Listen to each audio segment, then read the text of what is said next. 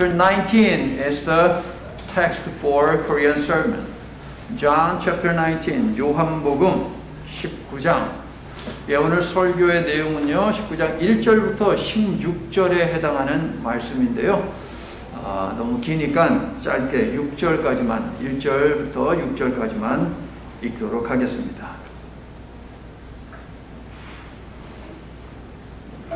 오늘 우리에게 주시는 하나님의 말씀 요한복음 19장 1절부터 16절이지만 1절부터 6절까지만 읽도록 하겠습니다. 이에 빌라도가 예수를 데려다가 채찍질하더라.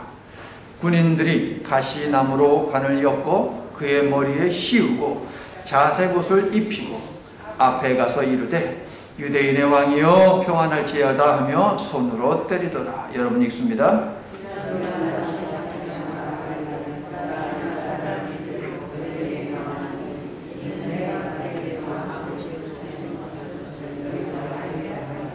자, 5절은 제가 읽을게요.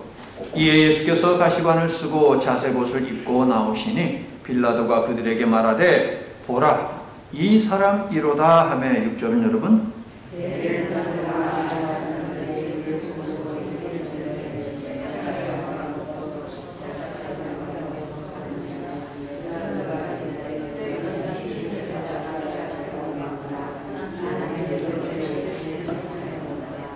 아멘. 세로 테 아마비 늦게야 님을 사랑했습니다. 이렇듯 오랜 이렇듯 새로운 아름다움이시여 세로 테 아마비 늦게야 님을 사랑했습니다. 누군가 여러분 찾아와서 이런 아름다운 시를 이야기한다면 여러분 어떻게 하시겠습니까?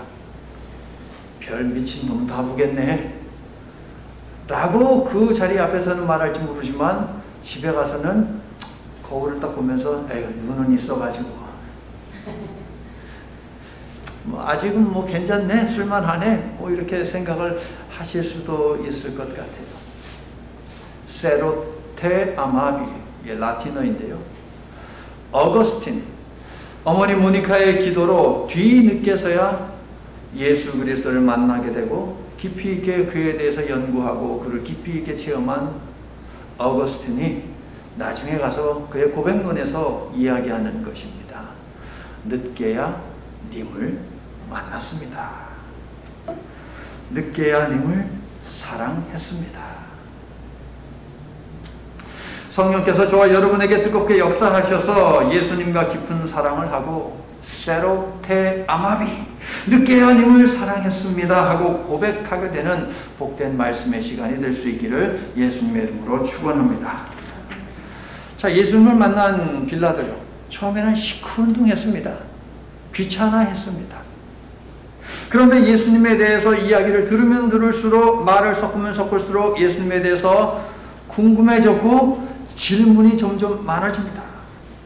그러나 빌라도의 많은 질문들은 어거스틴처럼 사랑으로 발전하지 못하고 질문을 하면 할수록 빌라도는 미궁 속으로 빠져들고 깊은 고뇌를 하게 됩니다.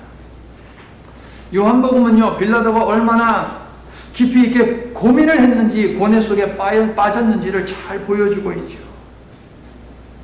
그가 뜨겁게 사랑한 것은 권력이었기 때문에 예수님과의 사랑으로 발전하지 못했던 것이에요.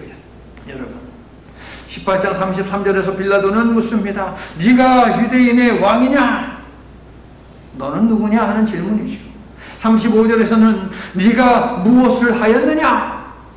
38절에서 진리가 무엇이냐? 빌라도는 많은 질문을 던지고 있지만 그 사람 속에 있었던 진짜 문제, 진짜 질문, 그것은 무엇이었느냐? 예수냐 권력이냐? 세상이냐 하나님이냐? 라는 것이었어요. 빌라도, 그는 누구입니까? 빌라도는 지금으로부터 1995년 전 유대와 사마리아와 에돔 지역을 다스리라고 로마 황제가 보낸, 그래서 파견된 로마의 총독이었고 11년간 총독으로 다스렸습니다. 예수님이 태어나기 전과 죽으신 이후까지 활동을 한, 성경을 연구하는 데 있어서 굉장히 중요한 학자들이 있습니다. 하나는 철학자입니다. 유대인 철학자 필로는 빌라도에 대해서 어떻게 이야기하느냐, 완고하고 거칠고 고집이 세며 목적을 위해서는 뇌물, 폭력, 잔인한 행위를 서슴지 않는 자였다. 그는 완고한 유대인들을 싫어했고 황제에게 잘 보이려고 애썼다. 자, 필로와 같은 시대를 살아간 유대인 역사가도 있습니다. 요세푸스라고 하는 역사가.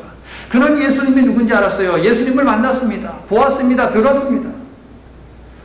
그런 빌라도에서 말을 하기를, 유대인들을 싫어한 빌라도는 예루살렘에 황제의 신상을 설치하여 유대인들의 감정을 자극했고 수로를 건설하는 데 성전의 재정을 빼앗아 사용했다. 그래서 그가 다스리던 지역에는 유대인들의 폭동이 끊이지 않았다라고 적고 있습니다. 자, 유대인들의 폭동에 화가 난 빌라도는 무엇을 하느냐, 군대를 갖다가 보내가지고요, 사마리아 사람들을 무자비하게, 그럴 필요까지 없는데 어마어마한 사육을 저질렀습니다. 그런데 이 일에 대해서 로마 황제가 책임을 묻고 37년경 로마로 그를 소환을 합니다. 그런데 소환되던 중 빌라도는 실종되고 말아요. 역사가들은 이야기합니다.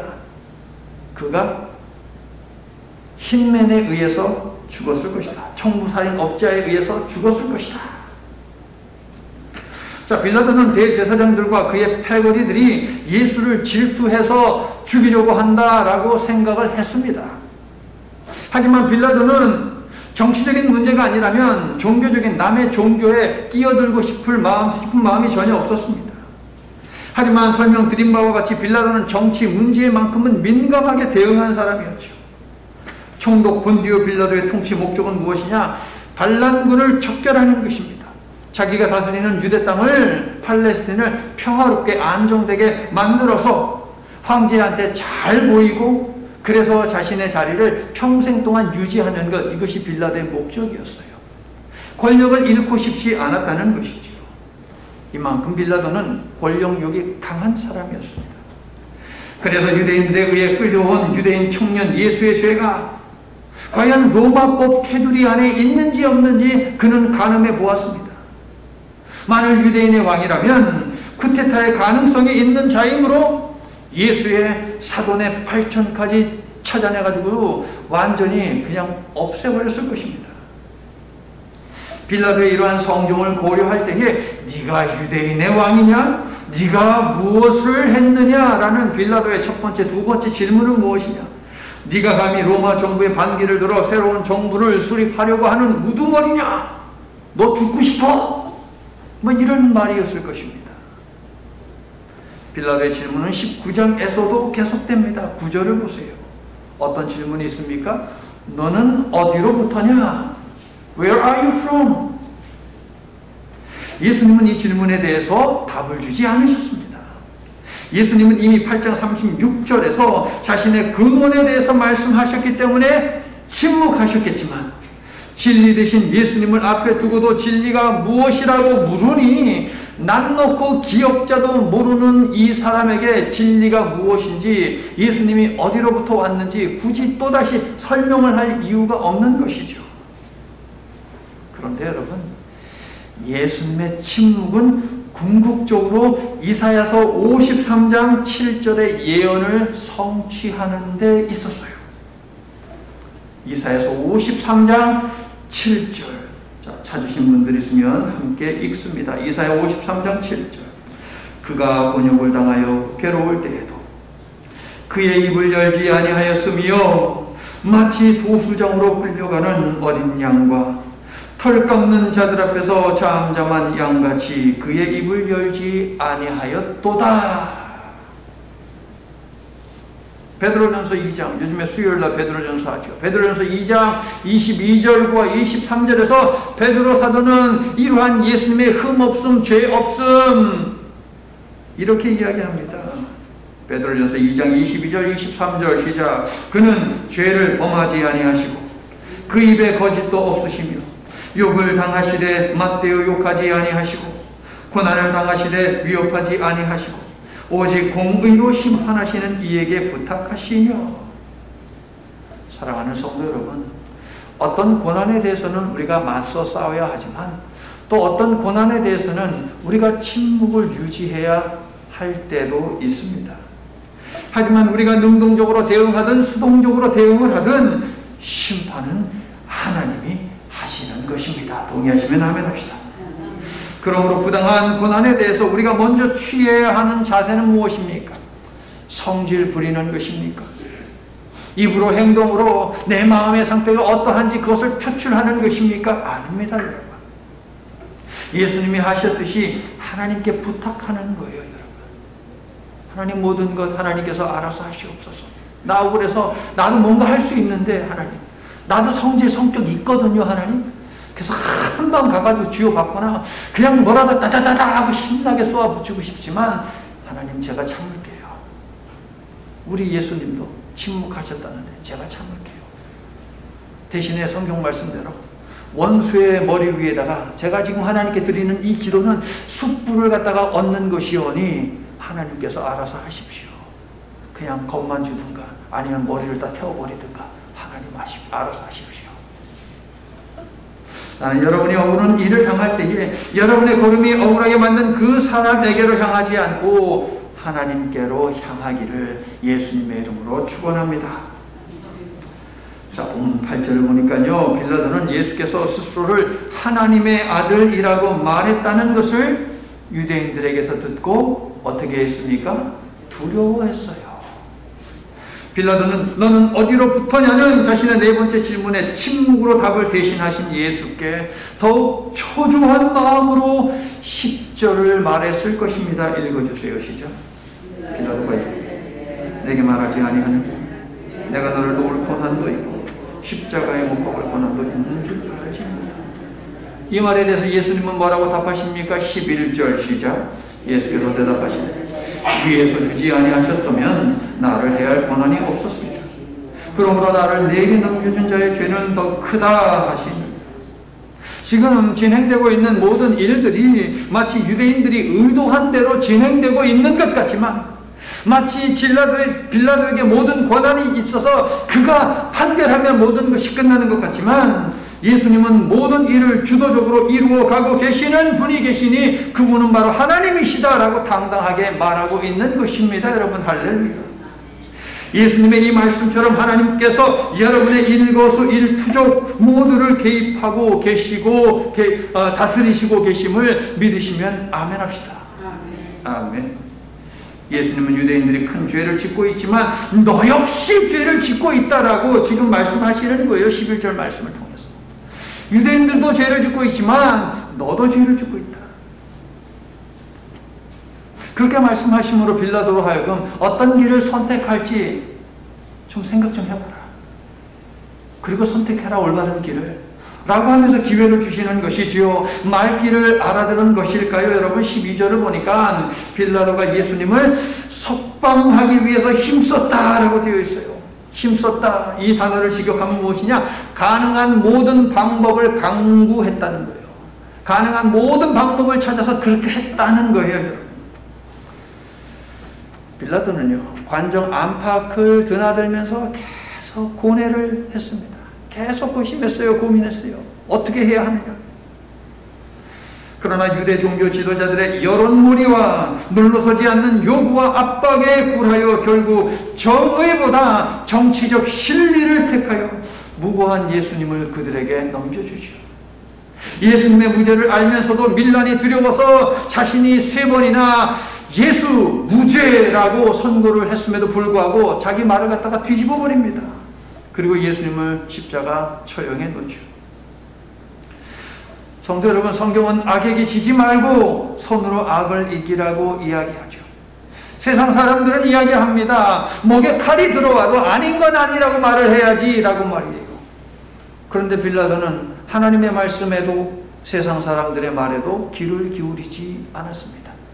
그저 자신의 신리에 따라서 모든 것을 판단할 뿐인데, 그의 신리는 무엇이냐? 권력을 유지하는 것이었죠. 팔레스틴의 최고 권력자 빌라도가 그런 선택을 한 이유는 무엇이냐? 예수를 죽여야 내가 산다라고 생각을 했기 때문이죠. 누구든지 제 목숨을 구원하고자 하면 잃을 것이요, 누구든지 나를 위하여 제 목숨을 잃으면 어떻게 된다? 살리라. 빌라도는 자신이 죽어야 산다는 것을 몰랐습니다. 바로 앞에 생명의 동아줄이, 생명 동아줄이 내려와 있는데, 이 생명 동아줄을 붙들지 않고 뒤돌아서 썩은 동아줄을 딱 붙들고서 아이고 살았다 하고 뛰어내리니 어떻게 될까요? 나락으로 떨어지게 되죠, 여러분. 자신을 진정으로 재판할 왕은 로마 황제가 아니라 자기 앞에 있는 예수님이라는 것을 그는 몰랐습니다. 진리를 앞에 두고도 그는 물었지요. 진리가 무엇이냐? 여러분들에게 어떻게 가르쳐 드렸습니까? 빌라도의 질문은 진리가 무엇이냐? 이것이 아니라 진리가 누구냐? 였어야 했습니다, 여러분. 결국 빌라도는 나락으로 떨어져서 셀 수 없는 성도들의 고발을 약 2000년 동안 듣게 되었으니, 본디오 빌라도에게 고난을 받으사 십자가에 못 박혀 죽으시고, 본디오 빌라도 입장에서는 억울한 거예요. 나 예수 살리려고 애썼거든, 힘썼거든, 모든 방법을 다 동원했거든. 근데 저것들이, 저 유대주의자들이 저것들이 그런 거지 왜 내가 그런 거야? 지옥에서 아무리 얘기해봐야 뭐합니까, 여러분? 지옥에서 셀 수 없는 수많은 성도들의 이 고발을 매일매일 듣는 거예요. 특별히 주일날. 주일이 아마 가장 싫을 거야, 본디오 빌라도는. 본디오 빌라도에게 고난을 받아서 왜 자꾸 내 이름이야? 라고 하겠지요. 그러나 너무 늦었습니다. 하나님의 사랑하는 자녀된 여러분, 우리도 이런저런 압박에 힘겨워할 때가 있습니다. 그런데요, 비록 외부로부터 온 압박이라 하더라도, 그 압박이 어마어마하다 하더라도, 무시무시하더라도 여러분 속에 확고한 믿음과 의지, 거룩한 배짱이 있다면 그것은 압박이 될 수 없다는 것입니다, 여러분. 빌라도가 직면한 진짜 문제는 무엇입니까? 거센 외부의 겁박입니까? 아닙니다. 놓아야 하는 것을 놓지 않는 자신의 욕심과 자신의 고집에 있었던 것이지요. 권력을 놓았다면 문제될 것이 없잖아요. 내면의 문제였던 것입니다. 나는 여러분이 직면한 문제들 속에서 여러분의 내적 자아의 상태를 먼저 잘 살펴보고, 놓아야 하는 것을 놓지 않는 어리석음은 더 이상 반복하지 마시기를 예수님의 이름으로 축원합니다. 진짜 문제를 놓치지도 외면하지도 마시기를 다시 한번 예수님의 이름으로 간절히 축원합니다. 신문을 하면 할수록 혐의점이 전혀 찾아지지 않고 예수님은 결백하다라고 하는 것이 명백해졌습니다. 그래서 빌라도는 계속 무죄를 선고하면서도 유대인들의 눈치를 보는 거예요.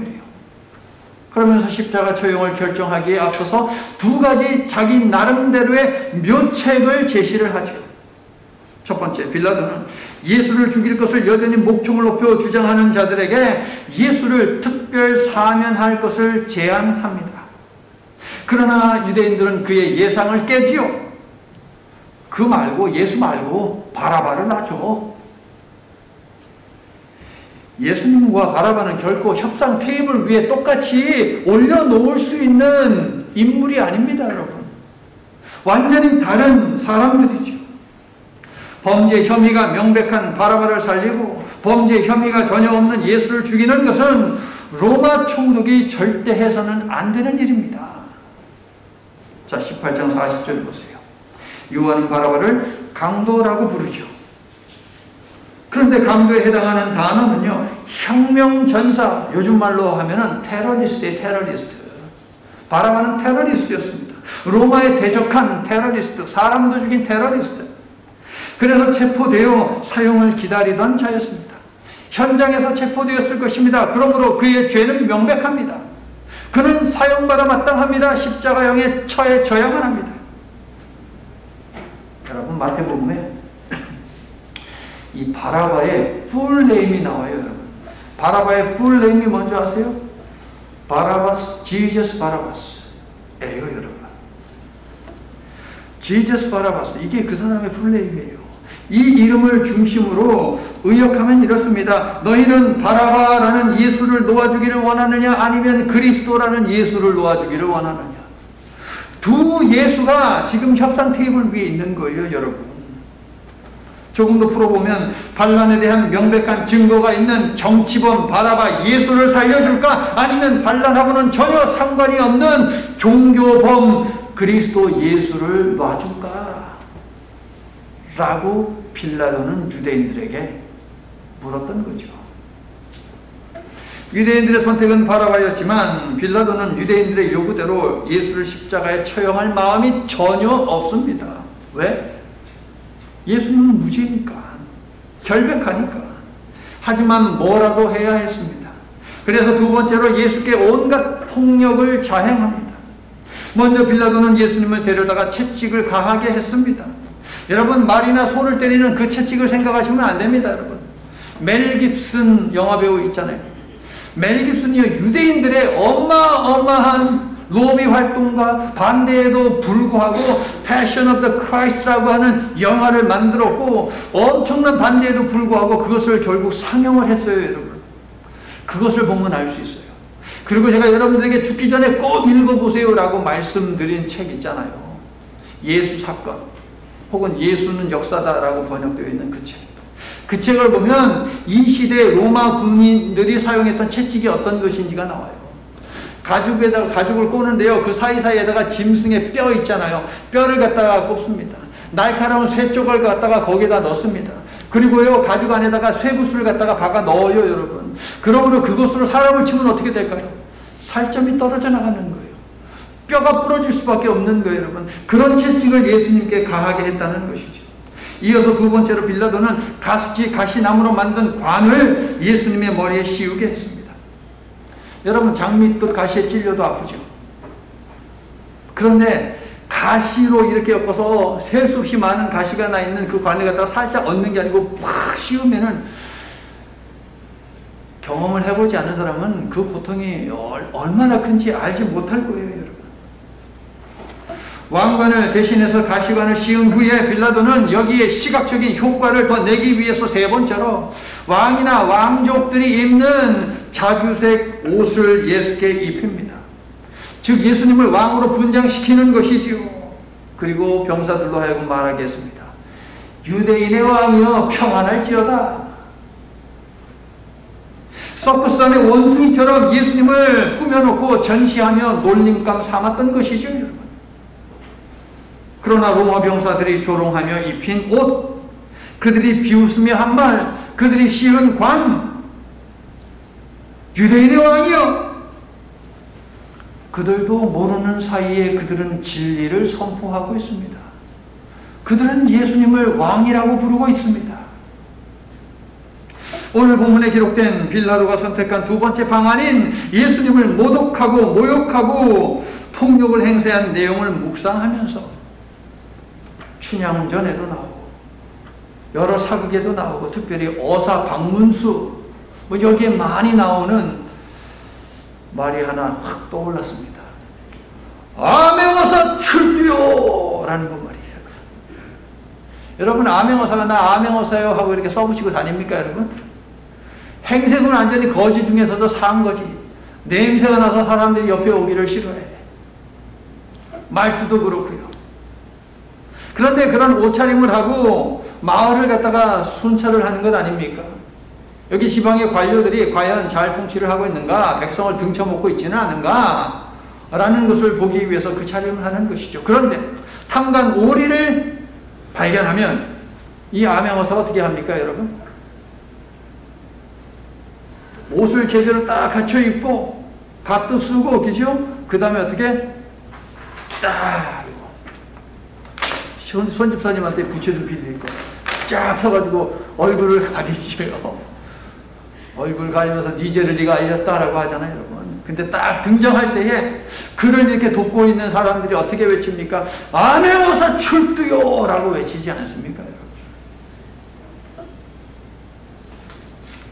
자, 우리가 예배 전에 찬송가를 불렀지요. 하나님의 나팔 소리 전지진동할 때에 예수 영광 중에 구름 타시고, 예수 그리스도 이 땅에 오실 때에 세상에 울려 퍼지는 나팔 소리, 구름들이 하는 말, 그게 뭔지 아세요, 여러분?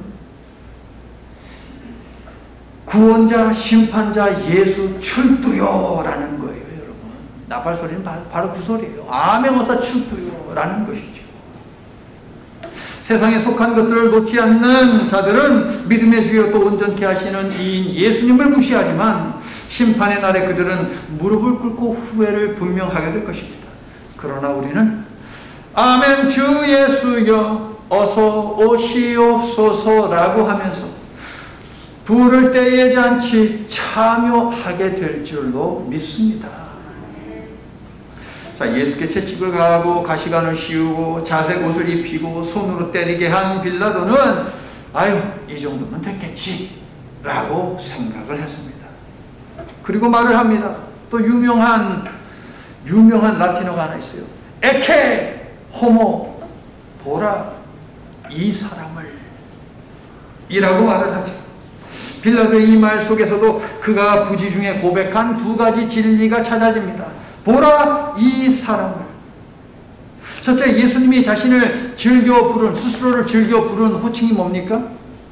인자는 사람의 아들 인자 아닙니까? 자, 다니엘서 7장에 예언된 인자라는 호칭, 이 호칭을 빌라도의 말 보라 이 사람을 여기에 적용을 시켜보면 빌라도는 예수님을 인자라고 고백한 것으로 볼 수 있습니다. 물론 빌라도는 예수님을 사람이라고 부르므로 예수는 하나님의 아들이 아니라 그저 한 인간에 지나지 않는다라는 말을 하려고 했을 것이고, 그렇게 주장하는 유대인들의 이렇게 좀 그 마음을 갖다가 환심을 살려고 하는 것이 분명히 있었을 것입니다. 그런데 예수님은 인자, 즉 사람의 아들로 이 땅에 오셨습니다. 자, 우리가 오늘 교독한 시편 8편에 있는 내용은 뭡니까? 인자의 아름다움을 노래하고 있는 시이죠. 시인은 인자를 연약한 어린 아이들과 젖먹이들에 빗대며 노래를 합니다. 세상 권력을 가진 빌라도 앞에서 고운 모양도 흠모할 만한 모습도 없이 순환받고 있는 예수님이 바로 그 인자의 모습을 띠고 있지만, 하나님께서는 시편 8편 6절의 고백처럼 만물을 십자가를 지신 예수님의 발 아래에 두셨다는 사실입니다. 할렐루야.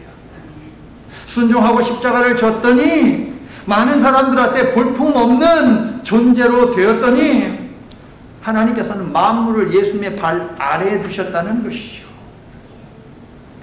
예수님이 사용하신 인자 표현은 다니엘서에 예언된 종말적 개념으로 이 세상을 심판하실 왕이심을 드러내는 표현입니다. 심판주. 성도 여러분, 빌라도는 자신의 입을 주목하고 있는 유대인들과 마찬가지로 예수님을 조롱하면서 예수님을 단지 인간에 지나지 않는다, 인자다, 사람의 아들이다 라고 부르고 있지만, 그는 자기도 모르는 사이에 예수님은 이 세상을 심판하기 위해 인자의 모습으로 오신 왕 되신다라고 그렇게 말을 하고 있는 거예요. 14절을 보시면 에케호모 보라 이 사람이라고 앞에서 말했던 그 빌라도는 14절에서 어떻게 이야기합니까? 또 보라 너희 왕이로다. 15절에서도 19절에서도 빌라도는 예수님을 계속 왕이라고 부르고 있습니다. 진리가 무엇이냐라고 물은 세상의 권력자 빌라도는 그가 의도를 했든 의도하지 않았든 자기 입으로 하나님의 진리를 세상에 선포하고 있다는 거예요, 여러분. 그것도 예수를 죽이려는 어둠의 권세를 향해 진리를 공표하고 있습니다. 성도 여러분, 어둠이 빛을 가릴 수 없고 거짓이 진리를 이길 수 없듯이 죽음이 하나님의 구원을 막을 수 없다는 것입니다. 믿으시면 아멘 합시다. 죽음은 하나님의 구원 의지를 막을 수 없어요, 여러분. 빌라도의 두 번째 진리 선포는 그가 사용한 사람이라는 단어를 오늘부터 통독하기 시작한 로마서 5장에 적용할 때 보여요, 여러분. 당시 유대인들이 사용한 언어는 아람어인데, 아람어로 사람은 무엇이라고 하느냐 따라해 볼게요. 아담이 바로 사람이라는 뜻이에요. 로마서 5장의 가르침을 토대로 빌라도의 말 보라 이 사람 이로다를 읽으면 그는 예수님을 둘째 아담으로 오신 분으로 소개하고 있다고 볼 수 있습니다. 보라 아담을 이렇게 말하는 거예요. 빌라도는. 여러분, 북한에는 모든 지역에 김일성 동상을 세워 놓았습니다. 이 땅을 지배하고 다스리는 자가 누구인지 주민들에게 알려주기 위해서 그것을 한 것이죠. 하나님께서는 아담을 만드실 때에, 즉 사람을 만드실 때에 사람 속에 무엇을 집어넣으셨습니까? 하나님의 형상을 집어넣으셨습니다. 왜 형상을 집어넣으셨을까요? 이 세상으로 하여금 세상의 주인, 세상을 통치하는 분은 하나님임을 드러내라 라고 하는 그 책임을 인간 속에다가 넣으신 것이죠. 하지만 첫째 아담은 하나님의 형상으로 만족하지 못하고 스스로 하나님이 되려고 하는 죄를 지었고, 그래서 세상의 통치자인 하나님을 증거하지 못했습니다. 실패했습니다. 그래서 하나님께서 둘째 아담을 세상에 보내셨다라고 사도 바울은 로마서 5장에서 말을 하고 있는 것입니다. 빌라도가 보라 이 사람을, 보라 아담을 이라고 소개한 예수님이 이제 첫째 아담이 실패한 일을 하기 위해서, 온 인류를 구원하고자 하신 하나님을 드러내기 위해서 십자가에서 죽으실 것입니다. 빌라도와 유대인들이 정치 게임을 하고 있는 지금은 금요일입니다. 금요일은 언제입니까? 창조의 스케줄을 보면 첫째 아담이 창조된 날입니다. 똑같은 금요일에 둘째 아담인 예수님이 육신으로 이 땅에 오시어 불법 신문과 재판을 받으셨고 십자가에서 죽으셨습니다. 이 날을 우리는 성금요일이라고 부르죠. 성금요일에 예수님은 십자가의 죽으심으로 하나님께서 본래 의도하셨던 첫째 아담을 회복하고 새 창조를 이루셨다는 거예요. 여러분, 성도 여러분, 첫째 아담이 잃어버린 하나님의 형상을 예수께서 우리 안에 회복시켜 주셨으니, 그리고 우리의 언행으로 하나님을 드러내도록 성령님이 돕고 계시니 모든 상황 속에서 주님의 뜻을 먼저 찾아야 하지 않을까요? 여러분이 계획하고 행하고 직면하는 모든 일들 속에서 하나님의 뜻을 구하고 하나님의 뜻을 놓치지 마시기를 예수님의 이름으로 축원합니다. 이제 말씀을 마칩니다. 저는 설교에서 빌라도는 질문쟁이였다. 하지만 그는 정작 물어야 하는 예수냐 권력이냐 라고 하는 그의 진짜 문제는 숨겨두고 묻지 않았다는 말씀을 드렸습니다. 그리고 이어서 빌라도는 어떤 인물인지, 그가 유대인들과의 대립 속에서 어떤 길을 선택했는지에 대해서 말씀을 드렸습니다. 빌라도는 예수님이 아닌 세상 권력을 선택을 했습니다.